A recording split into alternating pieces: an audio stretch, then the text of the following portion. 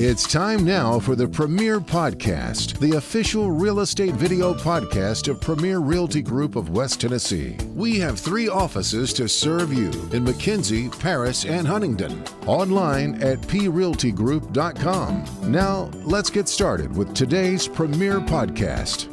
Welcome back to the Premier Realty Group podcast. I'm Kelly Green, your co-host, along with my friend Garry Wicker, who is our principal broker in the Paris office. Garry, how are you, sir? Good, Kelly. How are you? Doing well. We're going to cover a topic we haven't talked very much about at all, and that is VA loans. Right, that's correct. Our guest is Joe Mathis. He is a loan originator with Fairway Independent Mortgage Company of Clarksville. Joe, how are you, sir? I'm doing wonderful. How about you, fellas? Doing well. I'm guessing being in the Clarksville, Fort Campbell area, VA loans are a big part of your business day every day. Oh, yes. Yeah. What percentage would you think VA loans are? 75. No kidding. Mm-hmm. And you guys, let's pat him on the back here, are number 4 in the nation as far as home loans, and number 1 as far as VA loans? Yeah, number 4 as far as home loans total. Okay. Because we do them all. Yep. Number 1 as far as USDA loans. Gotcha. But we do lots of VA loans. Right. Yes. Let's talk about, right off the bat, eligibility requirements for VA loans. Mm-hmm. What do you have to have as far as background is concerned to qualify? It depends on what your situation is. If you are active duty, you were never deployed or anything like that, you need 4 years. Okay. Okay. If you are National Guard, reserves, anything like that, then you have to have 6 years. If you have been deployed and you are in the National Guard or the reserves, then you are considered active duty when you are deployed, when you are overseas. If you have 90 days of deployment, then you are automatically eligible. Gotcha. Okay.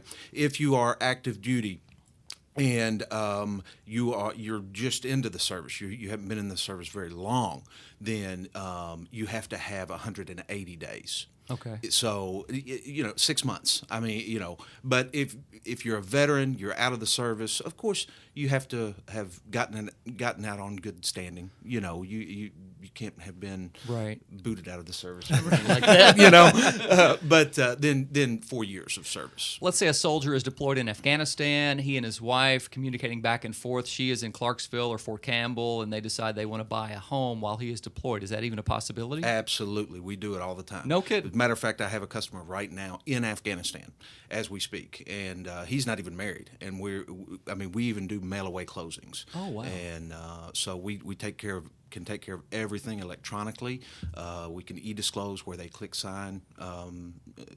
With the mouse, they just click sign on the computer with the whole entire loan application, and they can send us all their personal documentation. They can upload it directly into the system, and that's very secure. So there's no, email can be hacked. When they upload it, it goes directly into their file in the system. They're overseas. They can take care of everything as long as they can get us that documentation. And most of the time, if they are deployed, they have that capability. Yeah. We've done many home loans that way. Isn't technology amazing? It is. Absolutely. Yeah, we complain about it a lot, but in our case, a lot of times it comes in handy. Absolutely. It sure does. And I love to meet my customers face to face, especially going to closings, and meeting them. If I haven't met them prior to that, sometimes, if they're deployed, of course, I don't get that chance. Right. But we have closed home loans for soldiers who have never even seen the house. Right. They may Skype to look at the house and then buy the house, and it's theirs months before they even get off deployment. Let me throw a group of questions on you here. Sure. What are you allowed to buy with a VA home loan? I guess it has to be a primary residence. Yes, can't primary be residence. a vacation home. It can't be. Can it be a mobile? Yes, Okay. we do. Yeah, we do mobile homes with VA, and they require a little bit more time to close, and the closing costs are a little bit higher because we have to have a structural engineer report, and because that foundation has to be inspected by a structural engineer, and that's just for the protection of the consumer. Yeah. To make sure they're getting a quality home. But other than that, yes, we can do mobile homes. It has to be primary residence. Cannot be investment property. Cannot be a second home, vacation home, anything like that. How often do we do VA loans? Are they few and far between, or are they becoming more and more For popular? us, they really are. We don't see nearly as many. I know when I did my GRI back in June, I was in Clarksville, and like Joe said, that was the majority of what they did up there. Well, I'd say a slight majority, but a majority of them, just simply because Fort Campbell's there. Right. So, yeah. Right. I do have a quick question while we're talking about requirements, too. One of the questions that we do get a lot from our folks is, I never use my VA benefits. Are they, can I still use that for a VA loan? Those eligibilities never run out, right? Never run out. As long as you have the eligibility, it never runs out. And a lot of, I'm kind of get passionate about this, and I talk about it a lot. So if I talk too much, you guys stop me. But a lot of things that people don't understand about VA loans are there's no limit on how many times you can use your VA eligibility. Okay, if you purchase a home using your VA eligibility and then you sell that home, you get your entire eligibility back. You can use VA again and again and again. Okay, so 100 times, it doesn't matter. Now, you cannot use it to purchase an investment property or anything like we already discussed. However, there is also VA bonus entitlement. Okay, what that means is, let's say you guys have a veteran here in Paris who is wanting to purchase a home, and they are moving from another location, and they have a home in that other location that they've used their VA eligibility to purchase. They can move to Paris, okay, if they want to keep that home and rent it out. Therefore, that home then becomes an investment property. That's fine. VA has no problem with that, okay? They can move to Paris or the surrounding area, wherever, and use their VA bonus entitlement and use VA again, even though they already have a home with VA, Gotcha. Okay? And then the great thing about VA, as a lender and for the consumer, is that they're using their VA entitlement again to purchase a home somewhere else, and they are renting their other home out.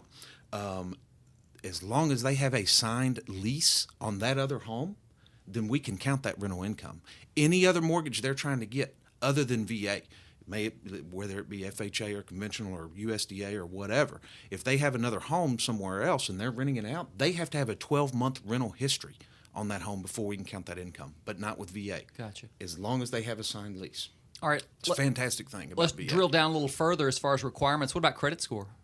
Our minimum credit score at Fairway for VA is 580. Okay. Now, that doesn't mean that, if somebody has a 582 middle score, then we can automatically do their loan.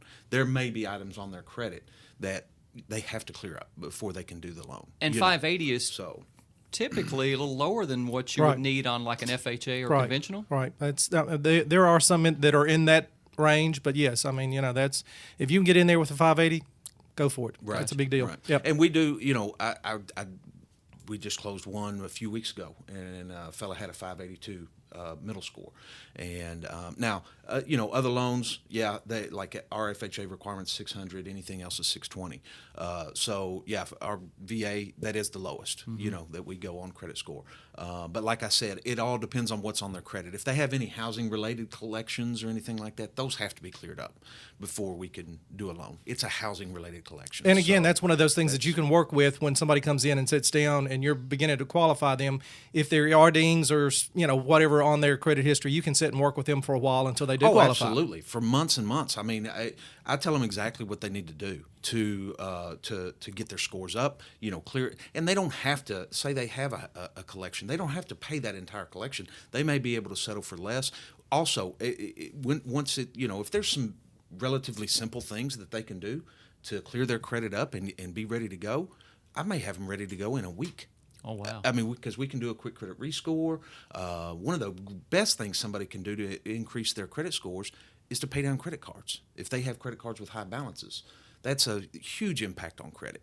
So that's something really, really simple. If it's something I can have them ready within a few months, it's no problem. If it's something that's going to take a little bit longer, great thing about Fairway is we have our own Fairway credit tool that assists our customers with improving their credit, and it is free for the customer, 100% free.